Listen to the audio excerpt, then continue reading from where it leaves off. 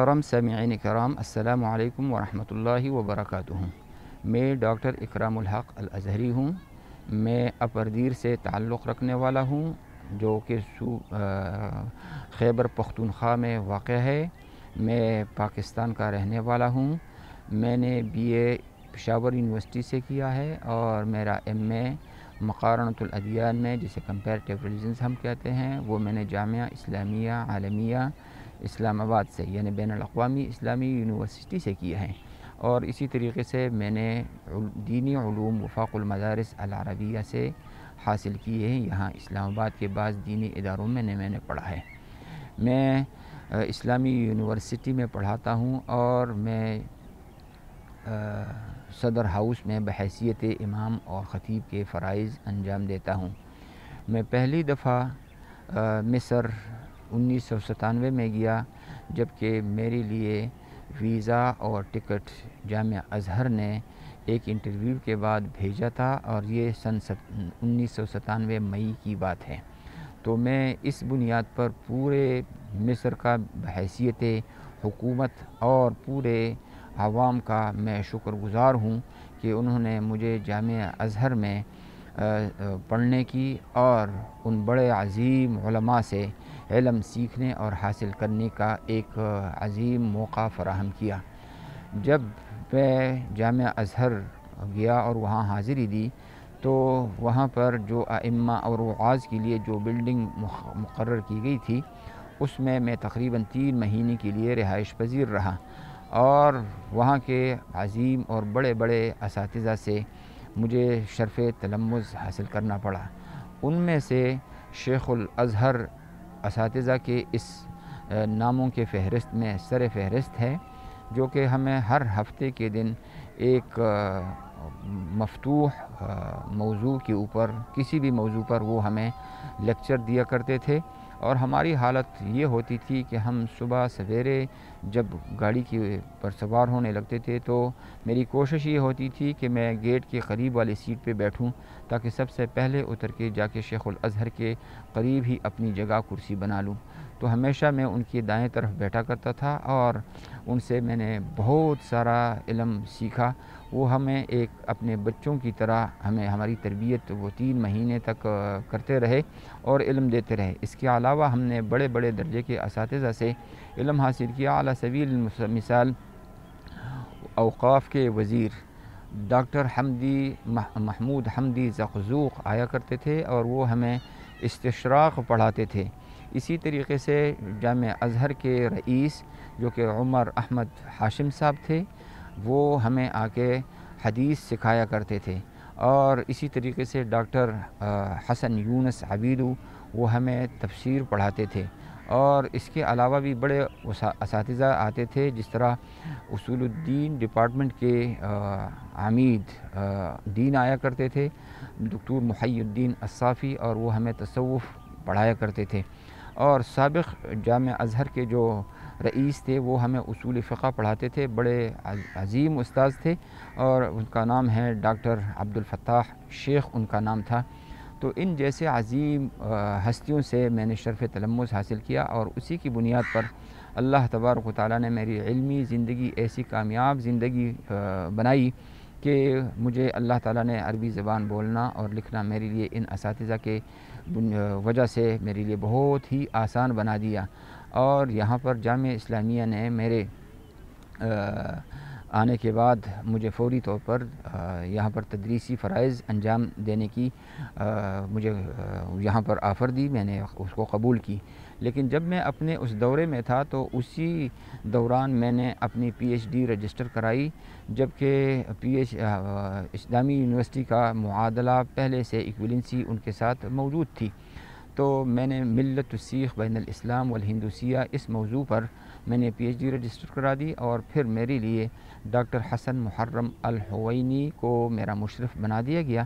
اور پھر اس کے بعد جب 3 مہینے میرے دورے کے پورے ہوئے، تو میں واپس آیا، اور یہیں سے میں سکھوں کے بارے میں نے معلومات حاصل کی، ہندوستان سے، کینیڈا سے، لاہور سے، کراچی کے میں نے 2 سفر کیے، اور میں نے جتنے بھی لائبریریاں تھیں پاکستان کی، عمومی طور پر سب سے میں نے مواد جمع کیا، اور اس کے بعد پھر میں نے एक अजीम मकाला लिखा जो मुझसे पहले किसी ने भी सिख मज़हब पर इतना बड़ा मकाला, जो तकरीबन 1000 सफ़े का है।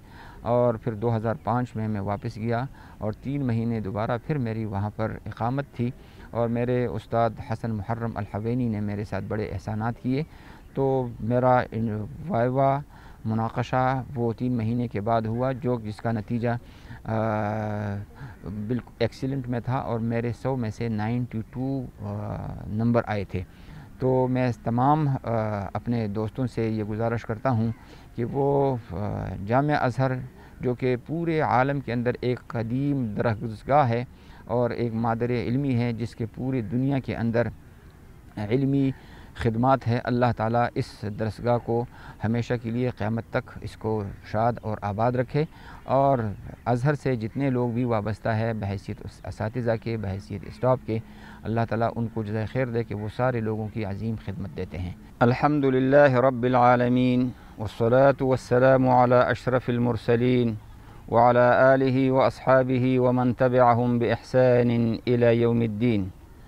फ़अना मअकुम अय्युहल नाज़िरून वल मुस्तमिऊन अल किराम, डॉक्टर इकराम अल हक़ अल अज़हरी من مواليد مديرية دير من إقليم خيبر پختونخوا من باكستاني الجنسية.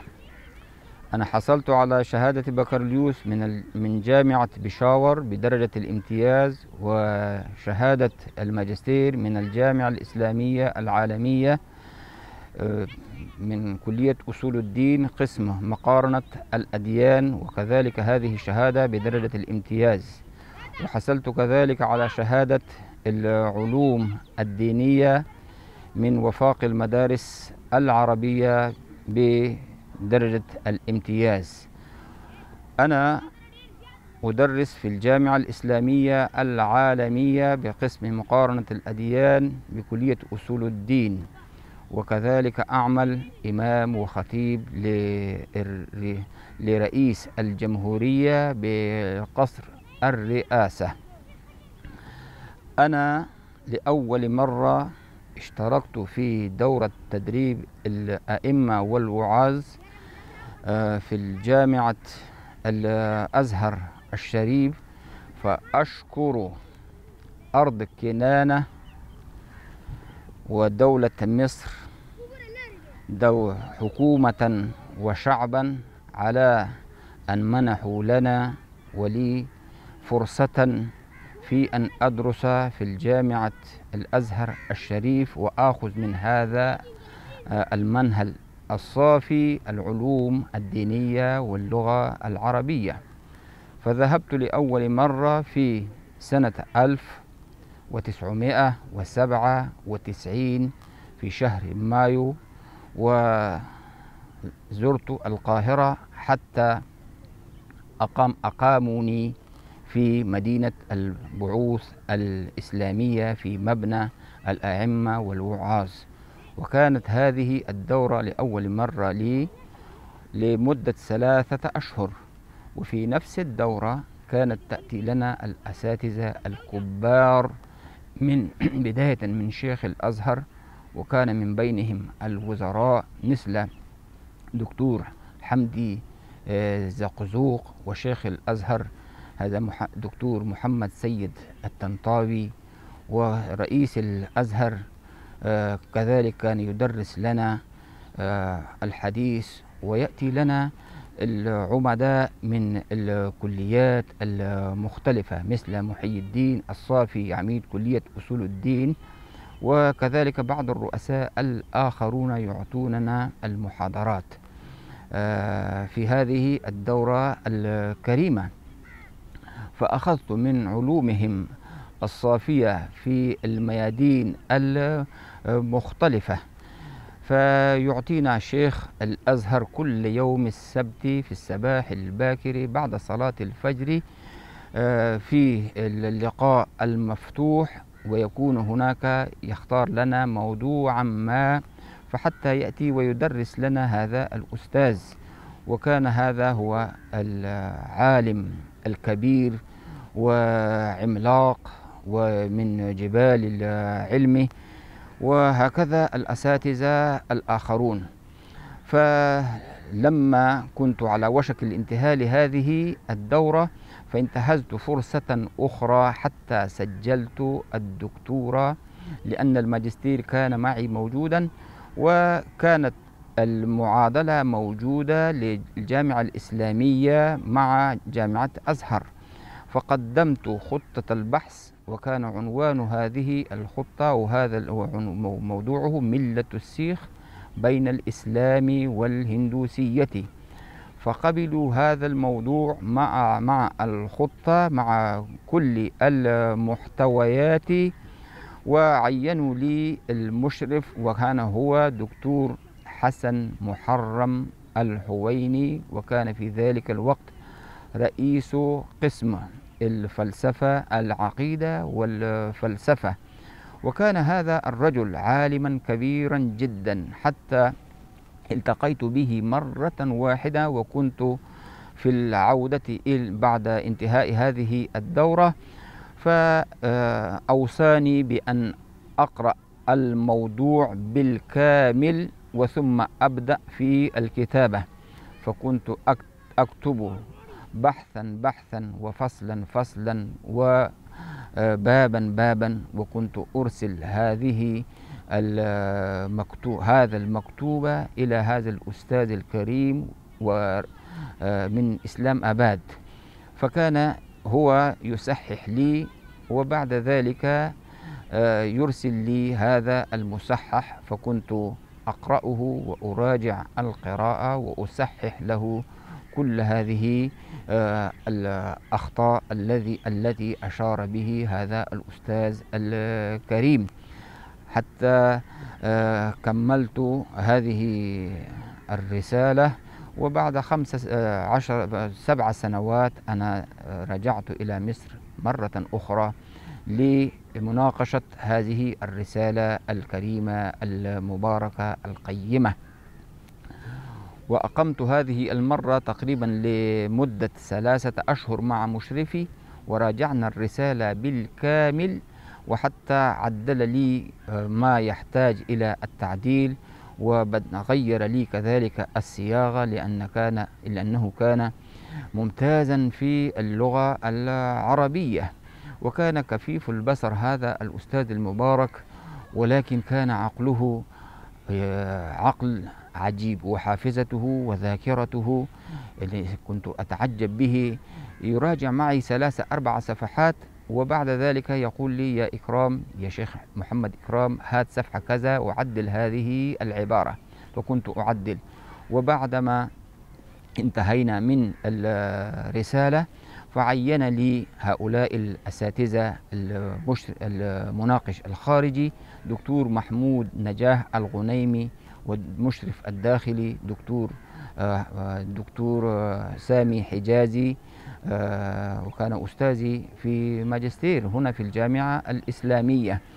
فأخذت من علمهم حتى رجعت بعد المناقشة، ووفقت بأن النتيجة كانت بدرجة الامتياز مع مرتبة الشرف الأول. وبمجرد نزولي إلى إسلام آباد أنا عينت في هذه الجامعة كأستاذ لأن أدرس في قسم مقارنة الأديان، وفي نفس الوقت قد عينت إماما وخطيبا لرئيس الجمهورية.